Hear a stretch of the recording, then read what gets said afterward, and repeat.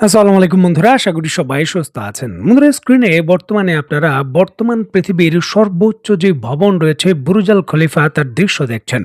এটির উচ্চতা ৮২৮ মিটার বা ২,৭১৭ ফুট।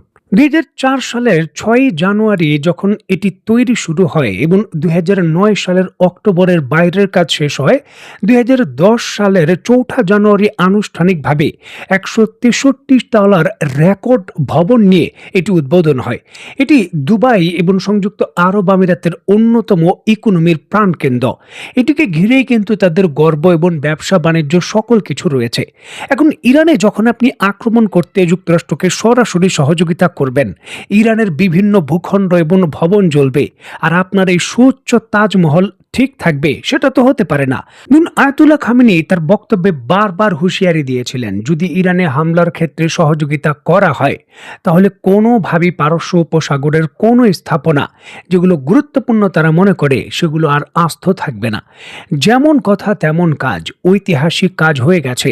এই বুরুজ আল খলিফায়, এই পৃথিবীর সর্বোচ্চ দুবাইয়ের টাওয়ারে প্রথম ইরান হামলা করে এতে ব্যাপক ক্ষয়ক্ষতি করেছে। এদের ভিডিও ফুটেজ আমরা দেখতে চলেছি। স্ক্রিনে নিশ্চয়ই আপনারা দেখতে পাচ্ছেন দুবাইয়ের বিখ্যাত সেই ভবন বুরুজ আল খলিফা।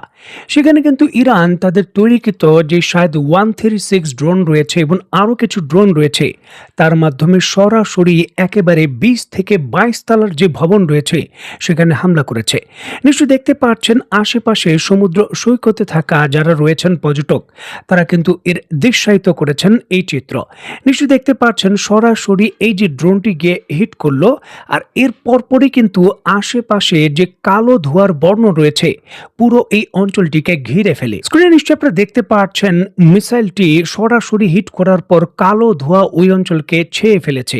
একেবারে ক্লিন হিট ছিল, মানে নিখুঁতভাবে গিয়ে হিট করেছে। বুরুজ আল খলিফায় সরাসরি ইরান হামলা করুক এবং তাদের উপযুক্ত জবাব দেখ, এই দৃশ্য দেখার জন্য দীর্ঘদিন মানুষ অপেক্ষা করেছিল। নিশ্চয়ই স্ক্রিনে সেই ঐতিহাসিক কাঙ্ক্ষিত দৃশ্য আপনারা দেখছেন। ইরান তার জবান ঠিক যেইভাবে দিয়েছে তা হারে হারে বাস্তবায়ন করছে।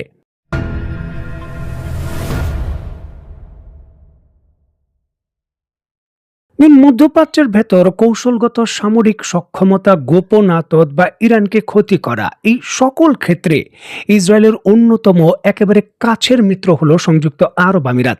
এই দেশটির সরকার প্রধান গোপনে এতটাই শক্তিশালীভাবে ইসরায়েলের সঙ্গে জড়িত যে নিজের দেশের ভেতর গুরুত্বপূর্ণ সামরিক ঘাঁটিগুলো এবং স্থাপনাগুলো ইসরায়েলকে বুঝিয়ে দিয়েছে। এমনকি এই মধ্যপ্রাচ্যের ভেতর ইসরায়েলের বাইরে সব থেকে ইসরায়েলের বড় যে গোয়েন্দা ঘাঁটি রয়েছে সেটা এই সংযুক্ত আরব আমিরাতের আবুধাবির ভেতর। আর সেখানে নজরদারি চালানোর জন্য ইসরায়েল বিপুল পরিমাণে নতুন সরঞ্জাম এই সংযুক্ত আরব আমিরাতে ইনস্টল করেছে। ইসরায়েলের আকাশ প্রতিরক্ষা ব্যবস্থা বারাক এবং তাদের যে আয়রন ড্রোম সরাসরি ইনস্টল করা হয়েছিল সংযুক্ত আরব আমিরাতে। আরব আমিরাত চিন্তা করেছিল যে ইসরায়েলের আকাশ প্রতিরক্ষা ব্যবস্থা রয়েছে, ইরান আর তেমন কোনো কিছু করতে পারবে না। তবে সরাসরি ব্যর্থ হয়েছে সংযুক্ত আরব আমিরাতে ব্যবহারকৃত ইসরায়েলের সকল আকাশ প্রতিরক্ষা ব্যবস্থা। বুরজ আল খলিফাকে তো রক্ষা করতেই পারেনি, উল্টো ইসরায়েল তার মোসাদের যে প্রধান হেডকোয়ার্টার রয়েছে সংযুক্ত আরব আমিরাতে সেটাকেও রক্ষা করতে পারেনি। সেখানেও ইরানের ড্রোনগুলো নিখুঁতভাবে গিয়ে হিট করেছে, তার ভিডিও ফুটেজও পাওয়া গেছে। চলুন আমরা দেখি। স্ক্রিনে নিশ্চয়ই আপনারা দেখতে পাচ্ছেন সংযুক্ত আরব আমিরাতের আবুধাবির ভেতর ইসরায়েলের মোসাদের যে হেডকোয়ার্টার রয়েছে সেখানে কি করে নিখুঁতভাবে এই যে ইরানের ড্রোন একেবারে সরাসরি হিট করেছে। কোনো ধরনের পথভ্রষ্ট নয়, মানে একেবারে পিন পয়েন্ট অ্যাকুরেসির মাধ্যমে সেই ভবনটিতে গিয়ে হিট করেছে এবং এটা বিস্ফোরিত হয়ে তার যে গুরুত্বপূর্ণ মিশন রয়েছে সে তা বাস্তবায়ন করে ফেলেছে। দেখুন, ইস্যুটিকে কেন্দ্র করে এখন সংযুক্ত আরব আমিরাত হারে হারে টের পাচ্ছে যে ফাপরে মাস্তানি করলে হবে না। সংযুক্ত আরব আমিরাতকে রক্ষা করার জন্য ইসরায়েল এবং যুক্তরাষ্ট্র যে প্রতিশ্রুতি দিয়েছে সেগুলো হাওয়ার উপর বাণী। মূলত ইরানের যে আক্রমণাত্মক ক্যাপাবিলিটি রয়েছে তার সামনে দাঁড়াতেই পারবে না আকাশ প্রতিরক্ষা ব্যবস্থাগুলো। আর এটা কিন্তু প্রমাণ হচ্ছে, বিকেল থেকেই লাগাতার হামলা হচ্ছে, এখনো ইরান পাল্টা হামলা করছে। কোনো হামলা প্রতিরোধ করতে পেরেছে আরব বিশ্বের এই দেশগুলো, তার তেমন কোনো নজির নেই।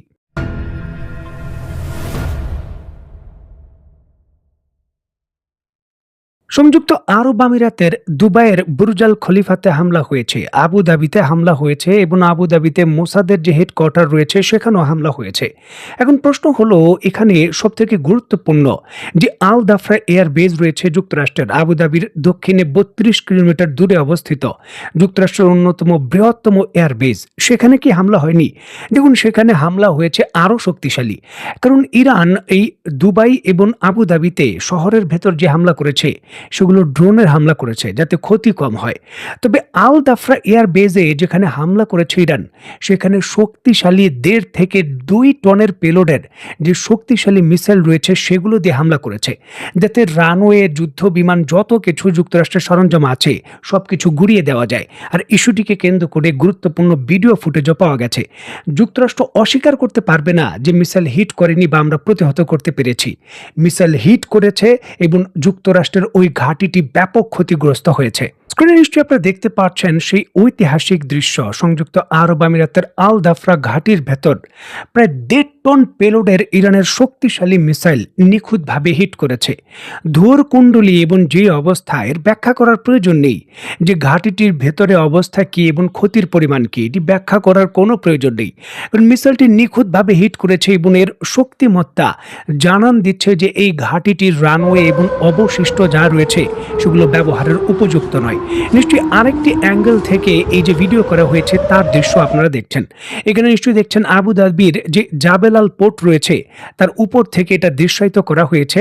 এই ঘাঁটিটির যে নেভাল বেজের অ্যাক্সেস রয়েছে সেখানেও কিন্তু আলাদাভাবে হিট করেছে ইরান, মানে সফলভাবে হিট করেছে। এখন ইরান যখন একের পর এক সংযুক্ত আরব আমিরাত এবং আরও দেশে হিট করেছে, কুয়েতের মতো ছোট দেশ, যেই দেশ সরাসরি যুক্তরাষ্ট্রের হয়ে কাজ না করলেও তার ভূখণ্ড ব্যাপক ভিত্তিতে ব্যবহার হয়েছে, তাকে ছাড় দেওয়ার কি সুযোগ আছে? ইরান পরিষ্কারভাবে বলেছিল যখনই হামলা হবে সকল ঘাঁটিতে হামলা হবে, সুতরাং কুয়েতেও হামলা হবে। এবং কুয়েতের ক্ষেত্রে অভিযোগটা আরও গুরুতর। কুয়েত তার এয়ারপোর্ট ব্যবহার করতে দিয়েছে যুক্তরাষ্ট্রের যুদ্ধ বিমানকে, আর এই জন্য কুয়েতের এয়ারপোর্টে হামলা করেছে ইরান। স্ক্রিনে বর্তমানে আপনারা কুয়েত ইন্টারন্যাশনাল এয়ারপোর্টের ভেতরের দৃশ্য দেখছেন, ছাদের দৃশ্য আপনারা দেখছেন।